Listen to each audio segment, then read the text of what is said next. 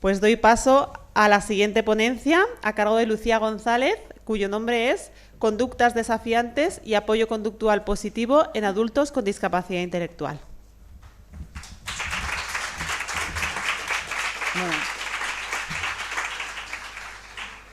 Para empezar, título súper largo. Os voy a hablar de apoyo conductual positivo, ¿vale? Para que nos entendamos. Pero antes de empezar hablando de ello, bueno, hay dos términos que pueden ser incluso aversivos, ¿no? Como hablábamos para algunas de las personas que están aquí, como pueden ser personas con discapacidad intelectual y del desarrollo y conductas desafiantes. Entonces voy a dedicar unos minutitos a explicar el por qué elijo estos términos y a qué me refiero cuando hablo de ello. Personas con discapacidad intelectual y del desarrollo, bueno, ¿por qué elijo esta terminología y no otra? Sigo el posicionamiento de plena inclusión que hizo en el 2019, en el que bueno, se debatía mucho entre si usar diversidad funcional, discapacidad intelectual, discapacidad en general, personas con... bueno, finalmente se decidió este término, entre otras cosas porque es el término que eligieron las personas con discapacidad a las que se les preguntó, y por otra parte por un tema de accesibilidad cognitiva. Cuando nosotros hablamos de diversidad funcional, primero que es difícil de decir, y segundo no sabemos muy bien a qué nos referimos, es decir, las personas con más dificultades en capacidades cognitivas o en inteligencia no llegan a comprender ese término. Por lo tanto, este es el término elegido para referirme a las personas con discapacidad intelectual siguiendo estas premisas. En esta parte se incluye también con desarrollo, personas con discapacidad intelectual y del desarrollo. ¿Por qué? Porque en muchas ocasiones hay comorbilidad y, por tanto, hay algunas problemáticas que van a coincidir tanto en personas con TEA, como comentaba mi compañera, como con personas con parálisis cerebral u otras necesidades y personas con discapacidad intelectual. Principalmente voy a hablar de personas con discapacidad intelectual. ¿A qué me refiero cuando hablo de esto? Pues a personas que tienen dificultades en capacidades cognitivas, pero sobre todo que tienen dificultades en capacidades adaptativas y que por tanto van a necesitar una serie de apoyos para poder desarrollar su día a día. Y luego aparece el otro término, también controvertido, conductas desafiantes. Cuando hablo de conductas desafiantes, hablo de aquellas conductas que por su intensidad, por su frecuencia o por su mera aparición pueden provocar un daño en la persona, en otras personas o una falta de participación en actividades. Y hablo de conductas desafiantes y no de problemas de conducta, conductas desadaptativas, porque hay un autor, que el nombre lo voy a pronunciar fatal, pero aún así os lo digo, Bo Helson, o parecido, ¿vale? Está en la bibliografía, que nos da la vuelta un poco a esto, a cómo lo estábamos viendo hasta el momento, y pone el foco no tanto en la persona que tiene estas conductas, sino en el entorno y en el sistema de apoyos que hay a su alrededor. Porque si decimos que una persona con discapacidad intelectual necesita apoyo, si la persona necesita utilizar una conducta desafiante para cubrir sus necesidades o una vida con sentido, esto desafía al sistema de apoyos y a la sociedad que estamos alrededor de esa persona y le impedimos llegar a eso que necesita. Por eso el término conductas desafiantes. Bueno, y al lío, ¿qué es esto de apoyo conductual positivo?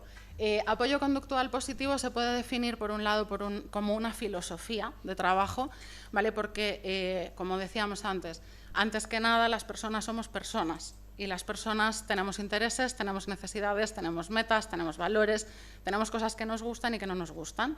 Y yo no voy a tener la misma que Alicia o que Javier, ¿vale? Las personas con discapacidad tienen una característica común, que es que tienen discapacidad, pero todo lo demás no tiene por qué ser igual, ¿vale? Entonces es una filosofía de trabajo en la que nos da en la cara todo esto.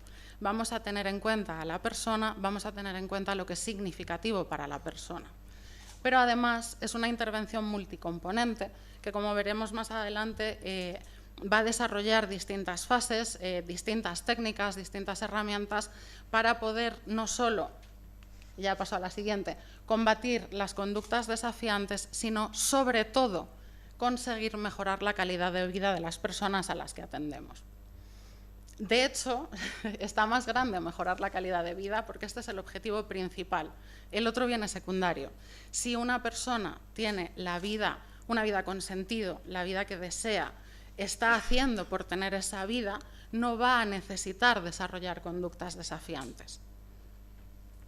Esta es un poco la filosofía. Veo por aquí cabecitas que me asienten y eso me hace sentir muy bien. Gracias. ¿Cuáles son, por decirlo de alguna manera, las fases de apoyo conductual positivo? Bueno, la primera realmente es un requisito, no es una fase, pero aún así os la voy a explicar un poquito, que sería tener el proyecto de vida de la persona. La segunda, el análisis funcional de la conducta, si no, no estaría aquí contándolo.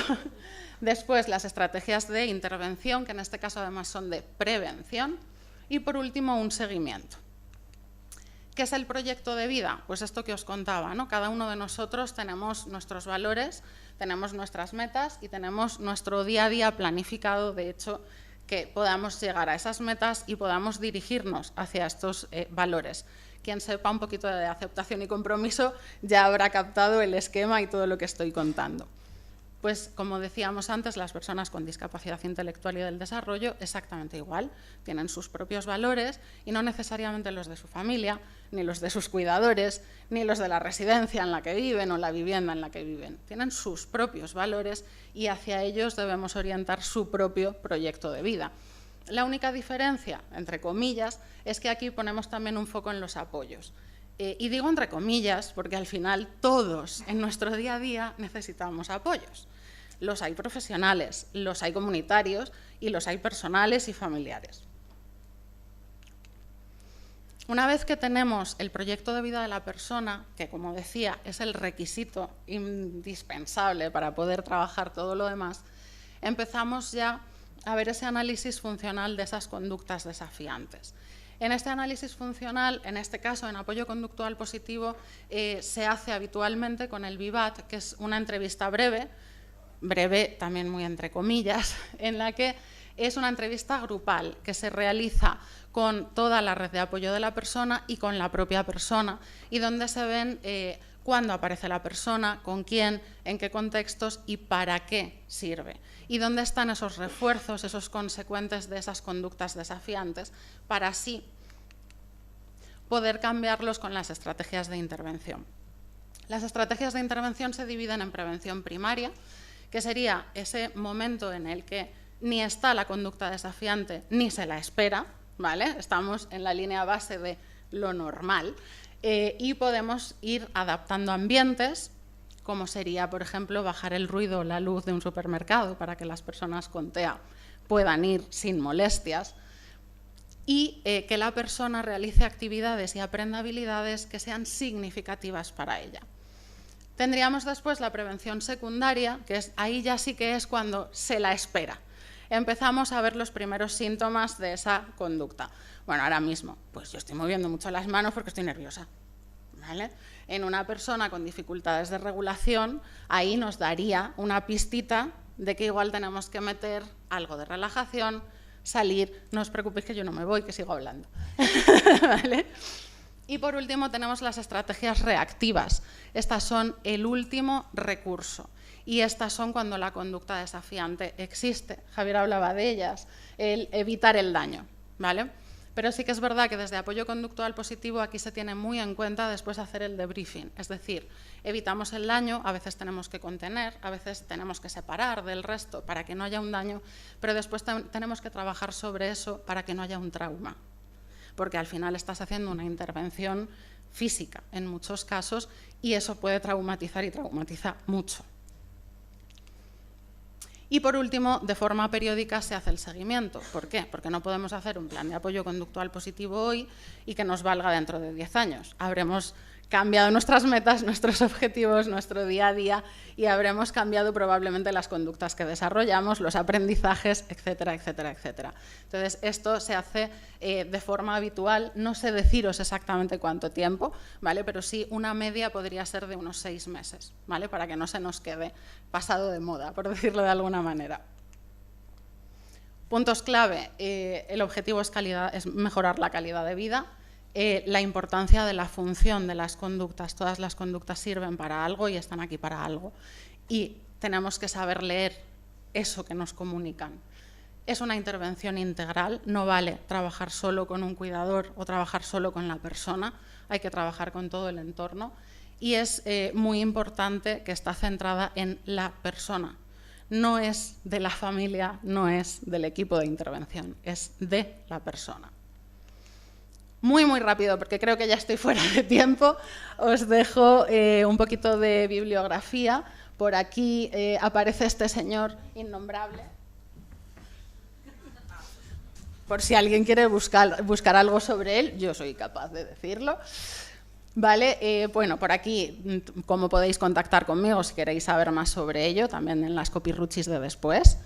Y por último, nada, muchísimas gracias, sobre todo a Libertia por haberme dejado participar y a todos por escucharme.